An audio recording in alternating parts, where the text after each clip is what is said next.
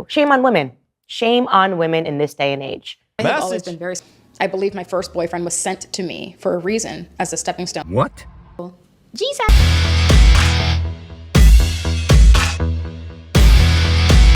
To the beginning. We'll go to Genesis 3, right? Hear me out. Now the serpent was more subtle than any beast of the field which the Lord had made. And he said unto the woman, Yeah, hath God said, You shall not eat of the tree of the garden? And the woman said unto the serpent, We may eat of the fruit of the trees of the garden, but of the fruit of the tree which is in the midst of the garden, God hath said, You shall not eat, neither shall ye touch it, lest ye die. And the serpent said unto the woman, You shall not surely die, for God does know that in the day you eat thereof, then your eyes will be opened, and you shall be as gods, knowing good and evil. And when the woman saw that the tree was good for food, and that it was pleasant to the eyes, and a tree to be desired to make one wise, she took of the fruit thereof, and did eat, and gave also unto her husband with her, and he did eat. And the eyes of them both were opened, and they knew that they were naked, and they sewed fig leaves together, and made themselves aprons. And they heard the voice of the Lord God walking in the garden in the cool of the day. And Adam and his wife hid themselves from the presence of the Lord amongst the trees of the garden. And the Lord God called unto Adam, and said unto him, Where art thou? And he said, I heard thy voice in the garden, and I was afraid, because I was naked, and I hid myself. And he said, Who told you you was naked? Has you eaten from the tree which I commanded you not to? And the man said, The woman who thou givest to me be with me, she gave me of the tree, and I did eat. Right? I'll stop right there, because like the feminist movement likes to get out there and portray,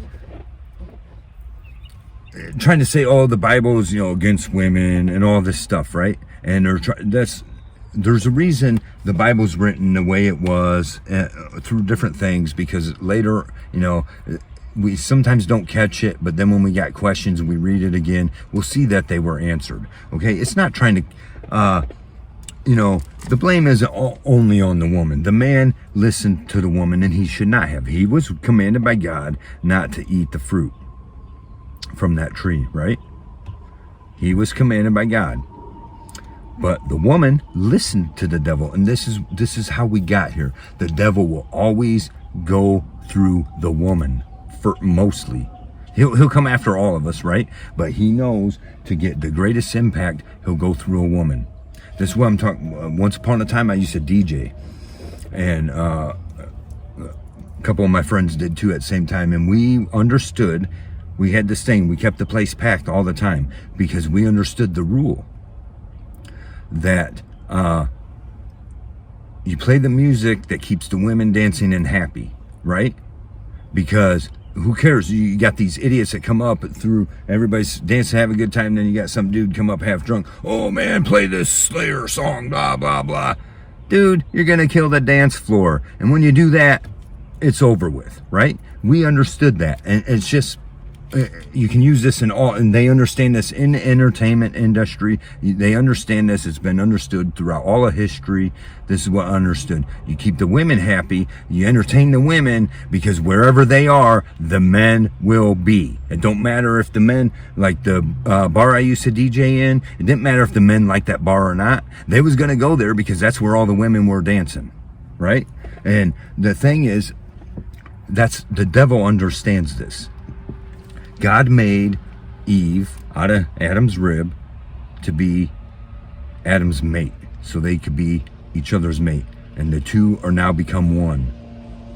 And the devil has tried to destroy that all throughout time, all throughout history. From the very beginning, he went to Eve, persuaded her. The devil, don't listen to God. Knows you'll be just like him. Don't you want to be just like him? Eat this. So she's got that spirit in her, spirit of Lilith, whatever. She eats of that fruit. Yes, and now she talks her man into doing it. And the man's going to do that to please his woman. That's a natural order of things. It just is, right? And so that's how it happened right from the beginning of time. But you can, it's not just there, we got, because then you go to Genesis 16, right? So it's all throughout history is all I'm saying. And we don't have to read all through Genesis 16. You can do that on your own. But my point is, it's Sarah and Abraham, right? Well, their names are pronounced a little bit different until the point, right? But I'll just real quick. Now, Sarah, Abraham's wife, bare him no children, and she had a handmaid, an Egyptian whose name was Hagar. And Sarah said unto Abraham, Behold, now the Lord hath restrained me from bearing. I pray thee, go in unto my maid. It may be that I may obtain children by her. And Abraham hearkened to the voice of Sarah. He loved Sarah and wanted to please her. So because of that, he went and had a child with her maid. Okay? And at her request, she persuaded Abraham to make that sin. Okay? It's all the thing about, it's all this whole, we don't want to admit it. We just, men don't want to admit their faults, and women certainly don't want to admit their faults and admit that this is where half the problem is, that they need to step down a little bit, step back a little bit, ease up a little bit, right? Just like the Mark Driscoll, he's saying the Jezebel Spirit's in the churches. Well, he's right. It's even in his church. His wife's the leaders of the women's ministry. You're not supposed to separate it. Teach them all together. That's the way it's supposed to be, right? So, it's, then you go to, it's just, the same thing throughout history. And this is the thing. This is how the feminist movement, started by the devil years ago, is here to destroy us. And it's doing its job. It's working. Okay? Then, Judges 16. I'm not going to read through all that. Judges 16, though, read through that. Samson and Delilah. Samson, right? Full of all this strength. What happened? He was conned by the woman, gave away his secret, and she helped him to, be defeated, because then she took the secret, gave it to the enemy, right? And cut his hair while he was sleeping, and then called them and said, hey, come and get him, right? That's how that went. That's not, it's all throughout, 1 Kings 16 and 17. Then you have Ahab and Jezebel, as we've already said and pointed out. And, so that's what we got. There we have Jezebel right there, the Jezebel spirit. Is there truth to it? There's a whole lot of truth to it, but it's not because you're not possessed. The women aren't possessed by the spirit of Jezebel. They're possessed by the spirit that's within them. They have a spirit that wants to listen to the devil or listen to God. They have to choose God over the devil. That's the woman. You want to rise a woman above all women, then you realize that it's not the women's movement, it's not the feminist movement that's gonna, a strong, independent woman. I don't need a man. That's a lie. You do need a man, and a man needs a woman. We need each other, right? That's the truth. But the devil slips in there. Oh, I don't need a man. This is where we're at, and this is where we're at in the world. But to further so let's go back to Kelly Stamp says to read Proverbs. So we're gonna look at some of King Solomon's wisdom, right? King Solomon's supposedly the wisest man, right? And full of great wisdom. And he was this great king, better, richer, and rose above all the rest of the kings of the world, right? And gained all this wisdom. And we're going to look at what he says, okay? She says to read Proverbs. So let's go ahead and check out Proverbs 5. Okay, because a lot of these people, they'll say, oh, read this and read that, but the mainstream will stay away from these important ones that are overlooked. I'm going to show you these ones that are overlooked today, and they hold the key. We've already talked about some of them. We got a few more to talk about, right? They hold the key to rising above a woman, above all women, right? Because like I said, the feminist movement wants to be, oh, you don't need a man, you're a strong, independent woman, and that's the goal, to make all these women strong, independent women. Which one's better than the rest, right? But that's the wrong way, and that's where it's wrong. You want to rise and become a woman above all women in the eyes of God, right? And that's a hard job. And just like men should try to rise to become men above all men in the eyes of God. But let's get to this and how hard it actually is, and history proves this. Okay. So let's go ahead and check out Proverbs chapter 5. We'll read just a little bit of this real quick, because Kelly Stamps, have you read Proverbs chapter 5? My son, attend unto my wisdom, and bow thine ear unto my understanding, that thou mayest regard discretion, and that thy lips may keep knowledge. For the lips of a strange woman drop as a honeycomb, and her mouth is smoother than oil, but her end is bitter as wormwood, sharp as a two-edged sword. Her feet go down to the depths, to death. Her steps take hold on hell. Lest thou should ponder the path of life, her ways are movable, that thou cannot know them. Hear me now, therefore, O you children, and depart not from the words of my mouth. Remove thy way far from her, and come not nigh the door of her house, lest thou give thine honor unto others, and thy years unto the cruel, lest strangers be filled with thy wealth, and thy labors be in the house of a stranger. Right? You can go on more on that on your own and read that if you want, but what is that saying right there? First of all, the world is full of the strange women, right?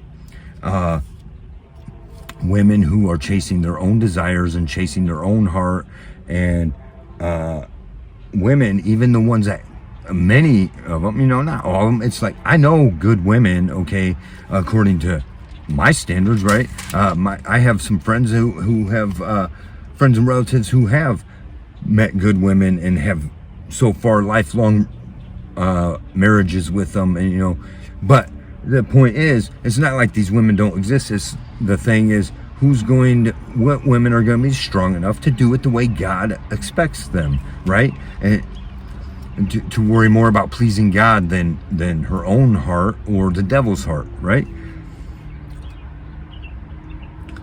But let's look at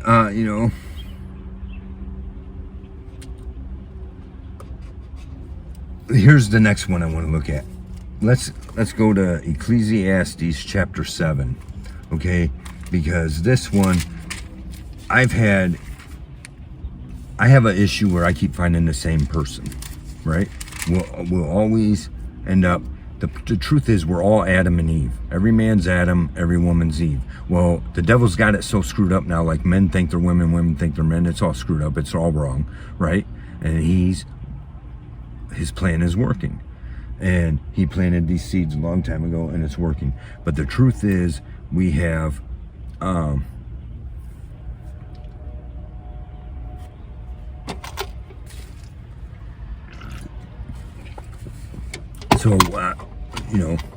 I kind of keep finding the same woman somehow, and I don't know how to get that right. And they claim they want to be godly.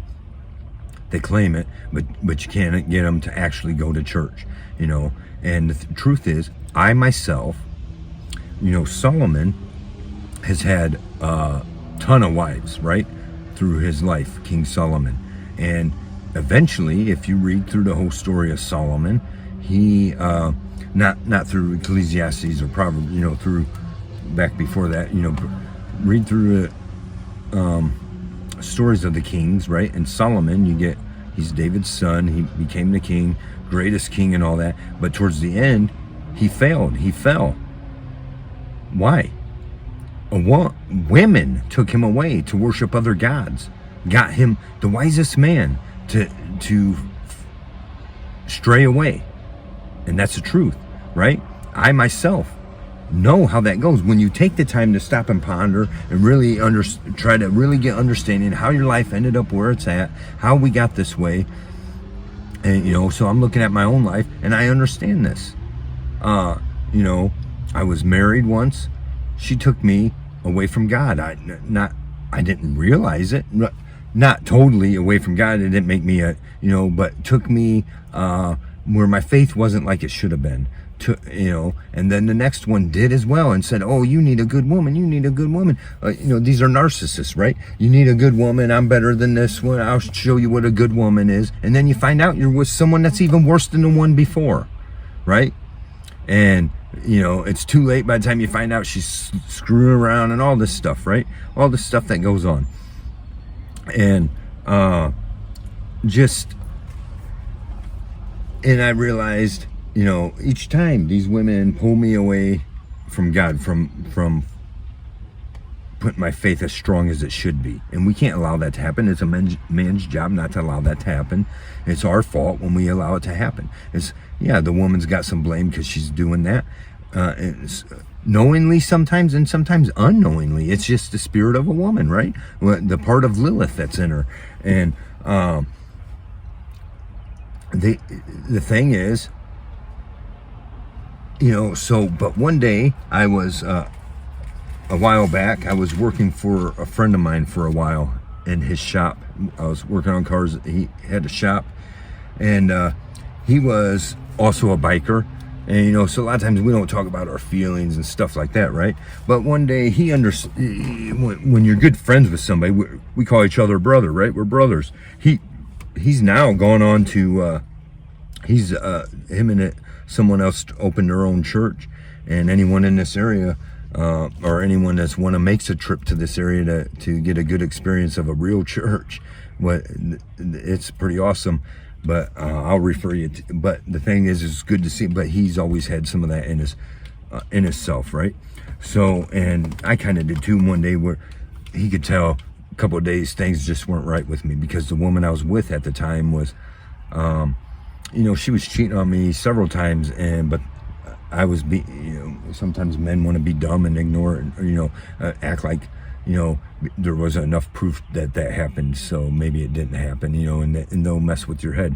But the thing is, it came to the point where I caught it red-handed, and it really screwed me up, because did I care about her so much, right?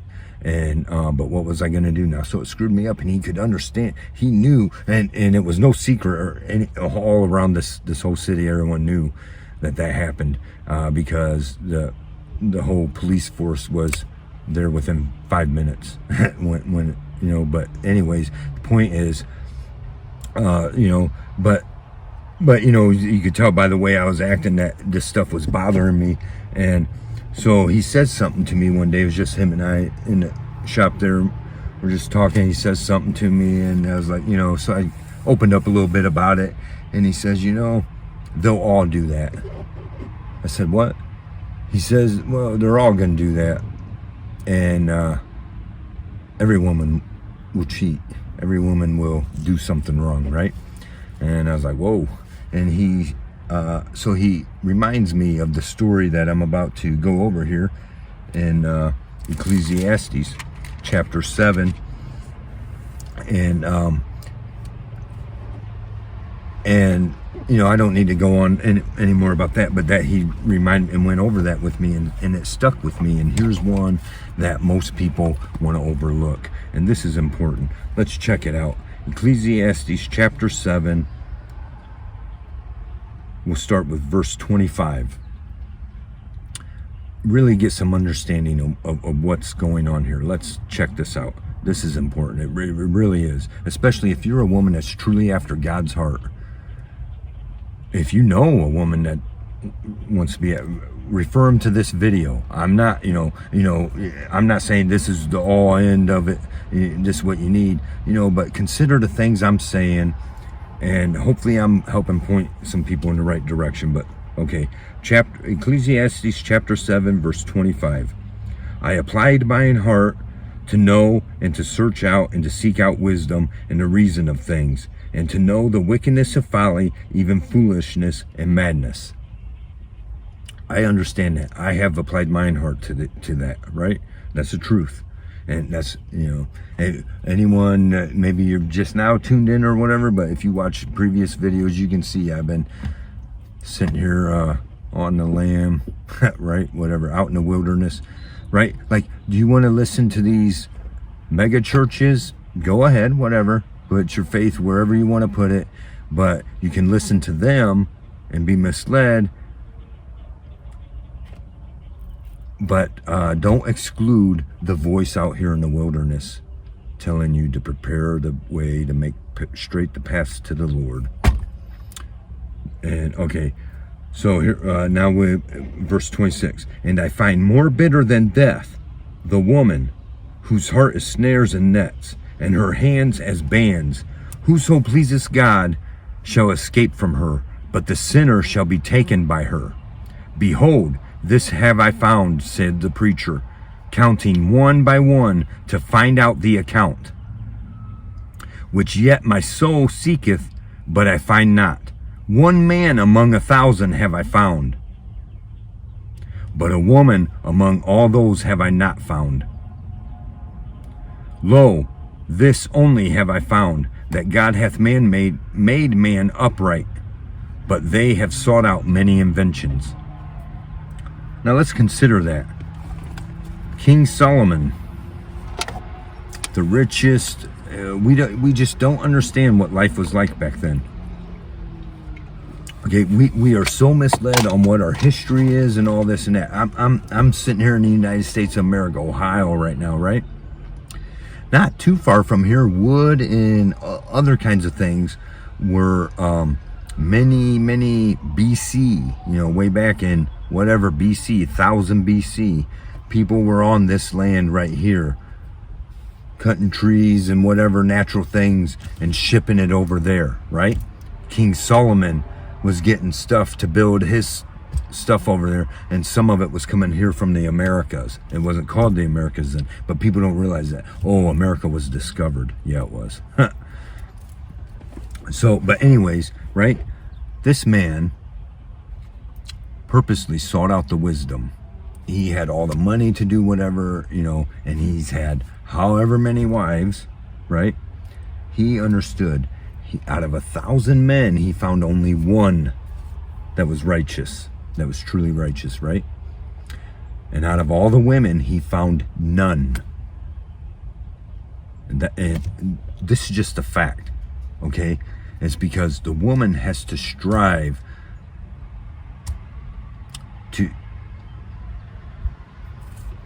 to not give in to the devil, but she chooses not to do that.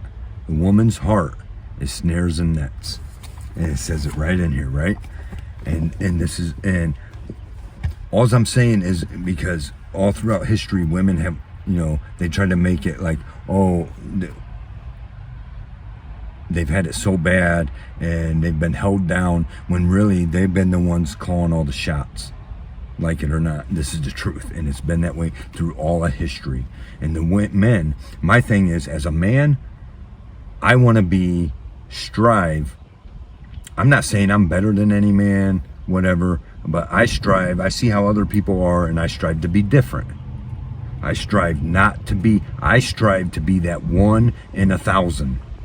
That if Solomon was here right now counting it out, I strive that it would be me that would be counted as that 1 among 1,000, or 1 out of 1,000, right? Don't mean that I'm there, but that's what I strive for. That's where I set my heart. And the women, it's your job to strive to become that 1 out of all, right? And because then let's go back to, Kelly Stamps will do this again. We'll go back to Proverbs. Let's see, Ecclesiastes is Solomon also, right? So we can count that as Proverbs. But now we'll take Proverbs chapter 31, and this is chapter 31 is the king's mom, the mother, giving words of wisdom to her son. And so we're going to you can read through that, but we're just going to hit a few verses here. Chapter 31, Proverbs chapter 31, verse 10. Who can find a virtuous woman? For her price is far above rubies. The heart of her husband doth safely trust in her, so that he shall have no need of spoil. She will do him good and not evil all the days of her life. And you can continue reading that, right? But this is the mother telling him the wisdom. King, his wisdom. Find a virtuous woman. And if she exists, her value, her price is far above rubies. And this is what you want to become. The woman above all women. You put your heart on God's will. You put it to God right now, right? God's will, not your own understanding, not your own will. Put it on God. What does God want? How does God want you to live? What kind of woman does God want you to be? That's up to you. I'm not here calling, whatever. But, that's, as you see from my previous videos, we're in end times. The times are here, we're in it. And it's just time to get shit straight and get ourselves straightened out. And, men, we got our jobs to do, right? Straighten ourselves out to do right. And women, you got your jobs to do. And you got your work cut out for you to get there. We all do, and we need to help each other. It's not putting, when you're a stepping stone, your woman will, or man, right? Who's ever the stepping stone or not, right? With Kelly stamps, you don't understand what you've done to a stepping stone, right? A stepping, like I've been a stepping stone so many times. I'm down in the ground, you can't hardly see me anymore, right? But keep standing on me, keep stepping on me, keep using me to get what you want, and then leaving me to drown. Because that's what a step happens to a stepping stone, okay? You do everything to raise them up and protect them when you got to. But when it's the other way around, you're gonna fucking drown and you're gonna take away that life preserver too. And that's just the truth. So, you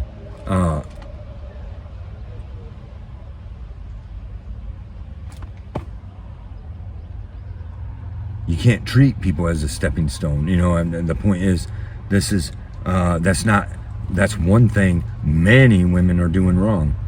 God don't put somebody in your life to be a stepping stone. Oh, so you can learn how to hurt somebody or learn what not to do. He's not putting people in your life so you can learn how to be a wife. He's not teaching you how to be a wife. The words, it's all right here. It's always been here, right? How to be a wife.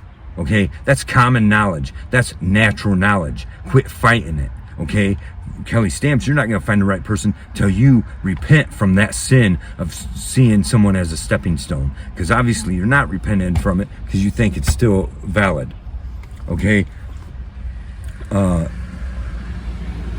the secret to becoming a woman above all women. You want to become that ruby, right? And I'm sure there's more things I'm missing from the notes I had, but there's some other stuff I want to get to.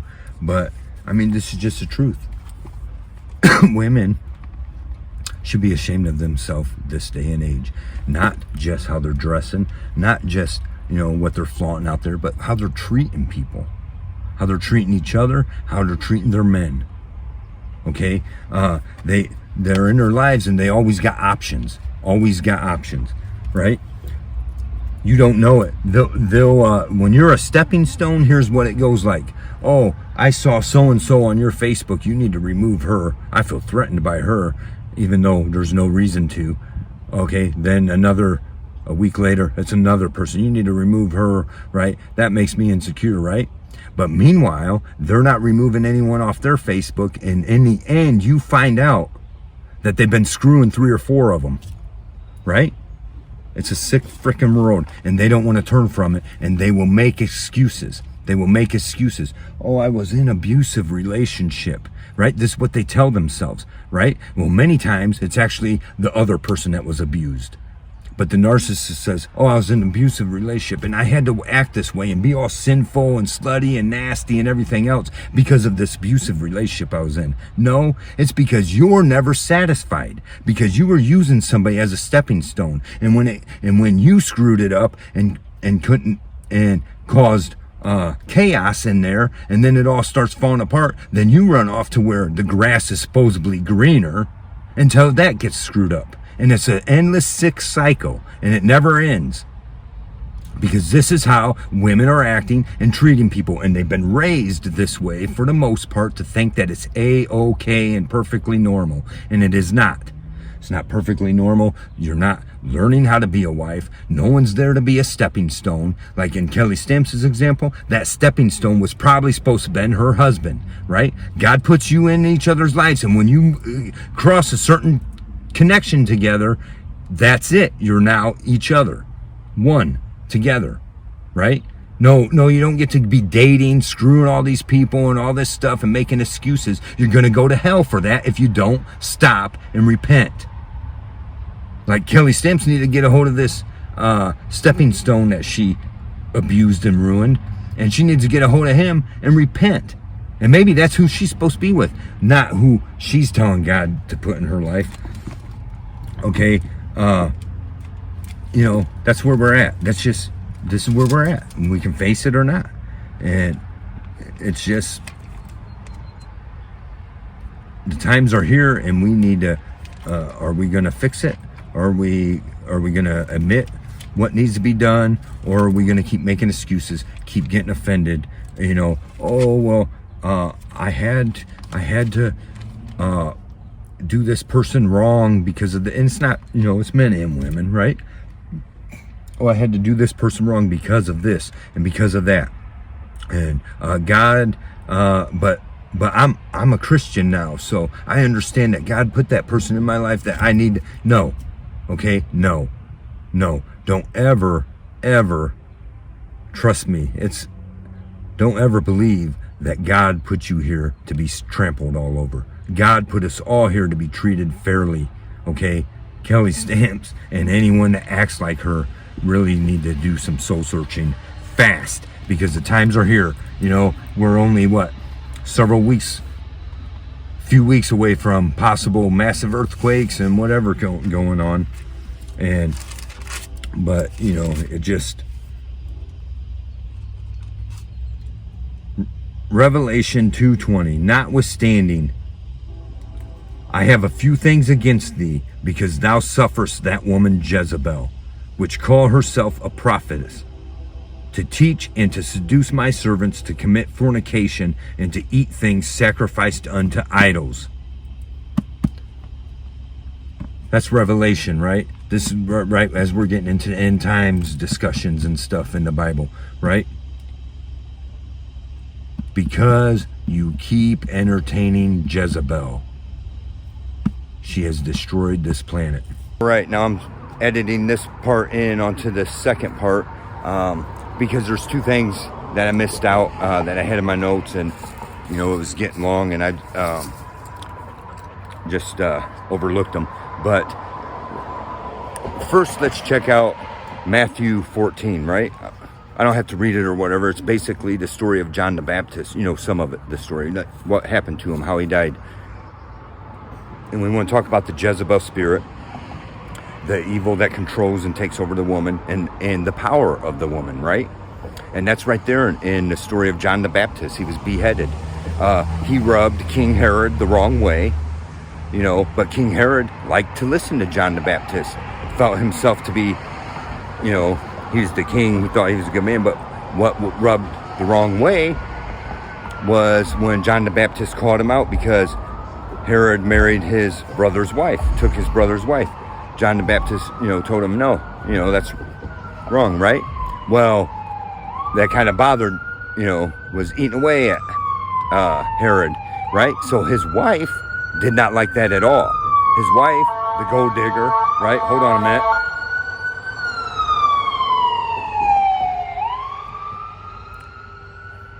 They're checking for your whiskey.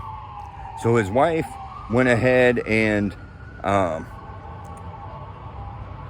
so what they do, they subdued King Herod during whatever party, subdued, and she went ahead and used her daughter to do so, and they got him, had her daughter do the dancing and all that, and